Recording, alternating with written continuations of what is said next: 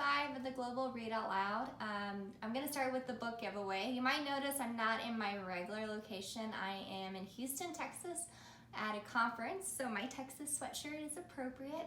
But now let's do the book giveaway. And I did the random number generator, and out of 18 questions, it was school number 14, and that is Miss Struffel's class at Adams Elementary in Spokane Valley, Washington. So you will be getting a signed copy of Stella DIAZ Has Something to Say and Stella DIAZ Never Gives Up.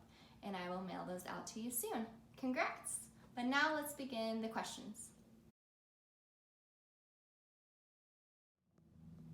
Okay, so question number 1 comes from Mrs. Wright's 3rd grade class in Phoenix, Arizona. Why did you have Stella talk to her brother about being teased and her worries about the presentation instead of her talking to her mom? Well, I spent a lot of time with my brother after school, and I was very close to him growing up, and I wanted to show their relationship and how she could rely on her older brother for help. From Miss Damas's 3rd grade class in Kansas, did your mom really work at a radio station? If so, does she still work there? And did she meet any famous people? So she worked in media for 29 years, and she changed professions recently. And she did meet some famous people. They were really famous to me, especially when I was young. Like when I was young, she met the Gypsy Kings, which was like a really big deal, and they're still big. When she was older, she met Pitbull, and I really liked that one too. From Miss Strawbinger's class, are you friends with any other authors? So I am. It's really great because I've met a lot of different authors at conferences, and then also when I lived in New York, we would have these meetups. And it's really nice to be able to talk to someone else who understands what you do, and then sometimes you can brainstorm with them too, which is great. Mrs. DeFria's 3rd grade class in Massachusetts. What are your parents' names and what are they like? Are they anything like Stella's parents? They're very similar, very similar. My mom is named Angela, and I'm named after her. And then my dad is named Alejandro, and then my brother is named Alejandro. So very similar to my own names. From Miss Fisher's class at Harmony House in Allenbrook School. What's the hardest part of being an author? I think coming up with ideas is the hardest thing, and then also like that first draft, when you're trying to just get it all out on paper, you're not writing your best because you revise over and over and over, and that's what makes it really wonderful writing. But getting there to that first draft where you have the whole thing written out takes so much work, and it can be frustrating. From Mrs. Murphy's 3rd grade class, Mia wants to know, why did you choose Stella's full name to be Estrella, meaning star? Well, I wanted Stella to realize that she had her own inner strength, and she was a star in her own way. So I thought it was like a nice metaphor, and then I thought of that connection with a starfish, and I thought that would be a nice connection too. From Miss Bridgman's class in Winnipeg, we are learning to make webs to organize our writing ideas. How do you prepare and plan out for your stories for your books? So with the first Stella, I just kept writing, and I didn't really have a structure, and then I added a structure afterwards. So when I worked on Stella 2, I had a complete plot outline for it, meaning I was thinking this happens in chapter 1, chapter 2, all the way to chapter 21. And then, so like once I figured out the outline, it was much easier then to try to write the rest of the story. From Miss Martin's class, do you really have an older brother? Does your brother really play video games and watch the movie Jaws? Yes. So he does like the movie Jaws. I saw it for the first time with him, and he does really play video games, and I would often draw or play with him. Now from Miss Mansoli's class in Ottawa, Ontario, do you still go to your mom's office today? I haven't gone in a while, but probably until maybe the past year or two, I used to go all the time at the holidays and spend like an extra day with her there. And I actually worked on Stella DIAZ Has Something to Say at her office. I worked on some of those first drafts for that story there. And that was before I even got the book picked up. So I always loved going with my mom to her work, even from when I was little and I was making my own little pictures and stories to now when I'm actually an author.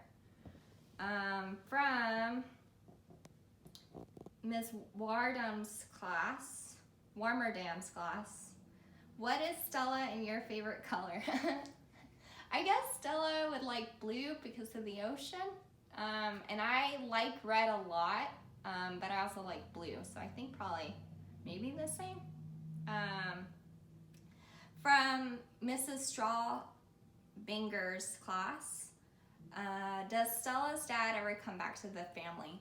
So he doesn't. I wanted to show kind of a reflection of my own relationship with my father, but also kind of show something that I thought maybe other kids could relate to. So in this particular story, he doesn't.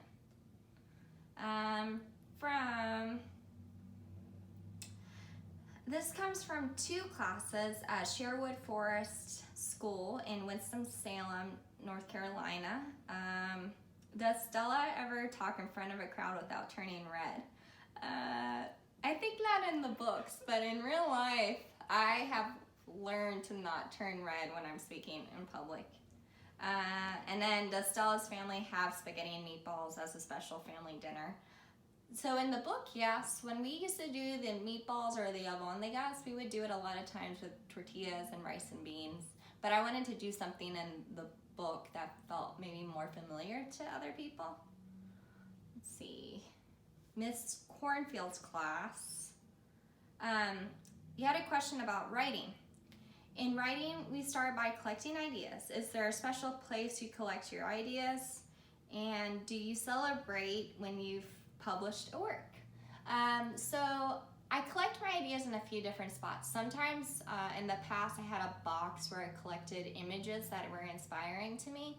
I also have sketchbooks and kind of journals where I draw pictures down, but I also write down ideas, and that's something I carry with me all over the place. And when I'm traveling especially, I like to put down ideas and think about story ideas. And do I celebrate? I used to be kind of bad because I would be thinking, okay, I finished this project and now I gotta focus on a new project. But now I'm taking the time to make sure I'm having fun and celebrating that I did this big accomplishment. From our winning school, Mrs. Druffle's class, what do you do in your free time? From Sydney. Let's see, I like to cook, I like to travel, I love being outdoors and hiking. My boyfriend and I love going to national parks, and I love reading. Let's see. From Miss Wheatley's class, did you actually have to do an animal project? From Amar. So I did one, I think when I was much younger, I think it was first grade, but I remember getting these books on birds and cutting out pictures of falcons and hawks and thinking they were really interesting. From Mrs. Smith's class at Pinewood Intermediate School, have you been to the Shed Aquarium? From Nora. Yes, I have. I didn't get to go for the first couple of times I went to Chicago, but when I was trying to really write the whole outline and the whole first draft, I made a trip to go to Chicago to see the Shed Aquarium. And then Noah wanted to know what kind of fish you might see at the Shed Aquarium. Well, I've seen a blue lobster there. There's penguins. There's all types of fishes or sea creatures or mammals there. From Miss Wood's class in Grand Bay, Alabama. This is asking about Jessica Anderson, if I ever had a bully when I was young. So I don't think I handled it the best way when I was young. I think I just kind of kept it to myself.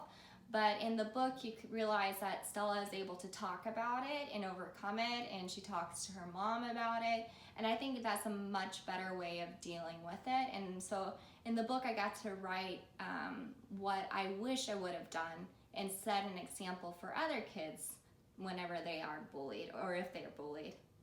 And then finally, from Miss Farrell's 3rd grade class in South St. Paul, Minnesota. Do you celebrate Dia de los Muertos? From Nora. So I personally don't, but I do have family members that do. It's a beautiful tradition, and I have gone to parties and participated. And then from Sari, or Sarah, she wants to know, why did you put Bigfoot in the book? When I was little, I thought Bigfoot was scary a little bit, so I thought it would be funny to include it, especially when her brother is kind of picking on her just a little bit. So I thought about something that my brother probably would have said to me.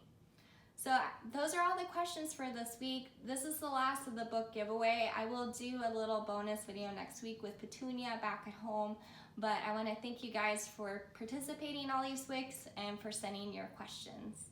Thank you. Bye.